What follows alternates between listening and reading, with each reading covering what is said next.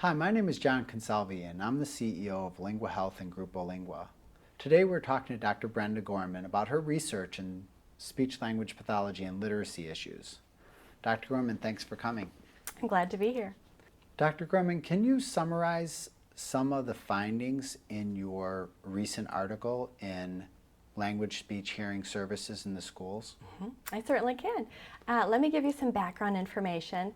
First, I want to say this was a really fun study I conducted with some colleagues. Christine Fiestas, who's at the University of Hawaii, Manoa, Elizabeth Pena, who's at the University of Texas at Austin, and Maya Reynolds-Clark at Armstrong Atlantic. And to give you just a little bit of background information, one thing we do that's very important for speech-language pathologists to do as part of our assessment practices is analyze children's language in time, their spontaneous language. And we know that standardized assessments can be limited in certain ways. For example, standardized tests very often have children respond by pointing or giving short responses. In contrast, collecting a language sample really shows us what children can do productively. And so they give us just a lot of rich information about their grammar, about their vocabulary, about their literate language skills, their background knowledge, and it's a highly recommended part of our assessment practice. What we often do is use wordless picture books to help children generate a narrative. So they'll be looking at a book with no words on the page. They'll essentially use the pictures to help narrate a story. And we tend to think that it is less biased than a lot of the standardized assessments that we traditionally use. However, because there is more spontaneity, less rigid guidelines for how we analyze the information, while we use these to be less biased in certain ways, clinical judgment can actually bias our interpretation. So clinicians, we all have certain expectations for what we expect children to produce in a narrative, and some of our expectations are culturally influenced. Children's narratives are culturally influenced. So we were interested in looking at how culture may sort of shine through in children's stories, given that, again, it's a somewhat structured task. Children are looking at the same book, the same pictures, the same length, yet we wanted to look at how culture was still influencing their narrative production. We analyzed all sorts of features, some of which have been shown already to sort of shine through in children's stories, and others that we observed and wanted to see if they did seem to show up in patterns by ethnic group. So we looked at the stories of African American children, Latino children, and Caucasian children. And we wanted to look at three main areas. Content. So again, they're all looking at the same pictures, but were there unique components related to content that the children were giving us? Structure. Structure has been looked at a lot previously, but we wanted to see in this context, wordless picture book narratives, if there were differences in structure between children's narratives, between the three groups, as well as function. So stories serve various functions. They serve to communicate information, to express emotions, express personal events. Adults use stories to transmit morals, cultural knowledge, to entertain. So we wanted to look at that element as well to see if, again, there were some creative and stylistic features coming out in children's narratives. And indeed, we did find many similarities across the three groups, which is good news because, again, we've used narratives as a means of less biased assessment.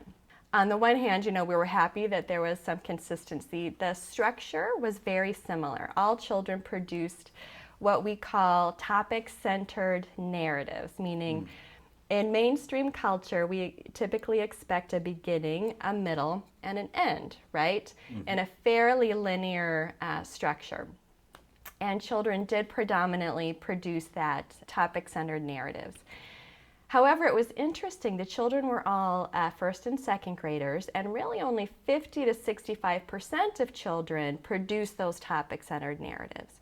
So from a developmental perspective, that's very informative because a clinician can often go in and expect, well, this is what I'm going to get. These children are in first and second grade. Yet while we saw no differences across ethnic groups, we did see that, wow, approximately half of the children were actually giving us these stories. So again, developmentally, it's important for us to know what to expect.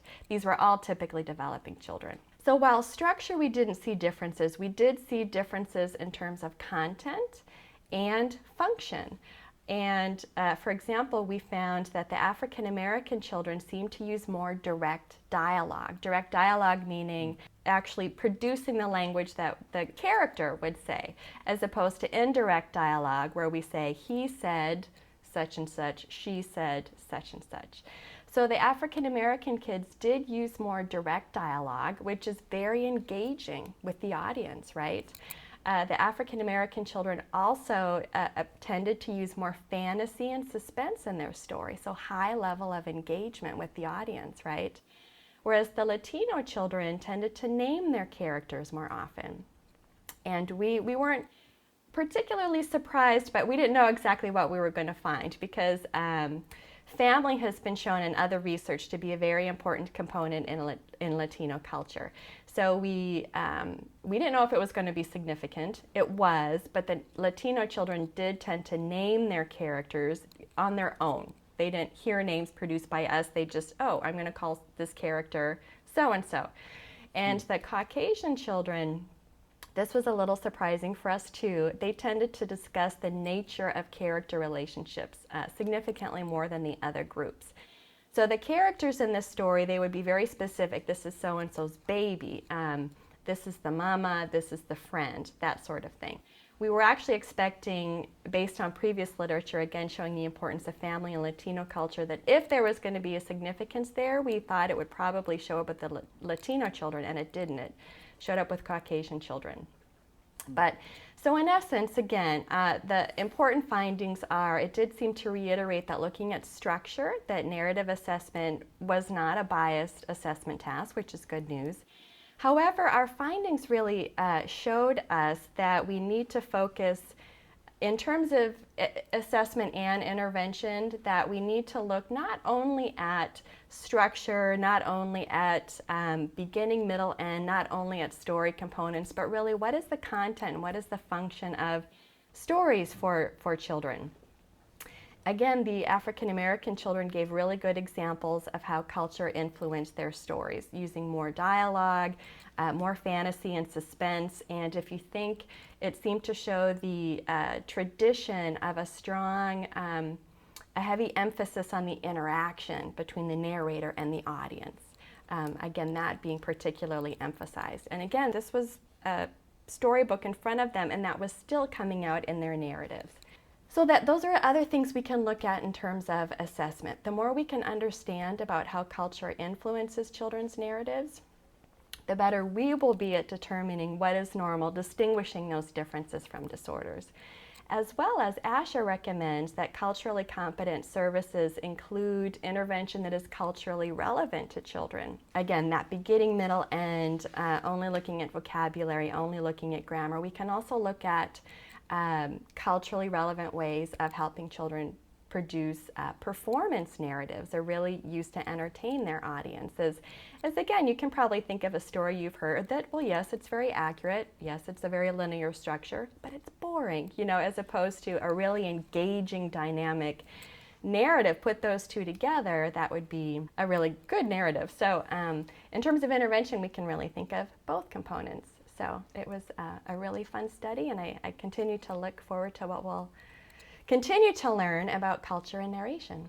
Excellent. I'm looking forward to seeing your next research article about narratives and use with this population. My pleasure. You're welcome.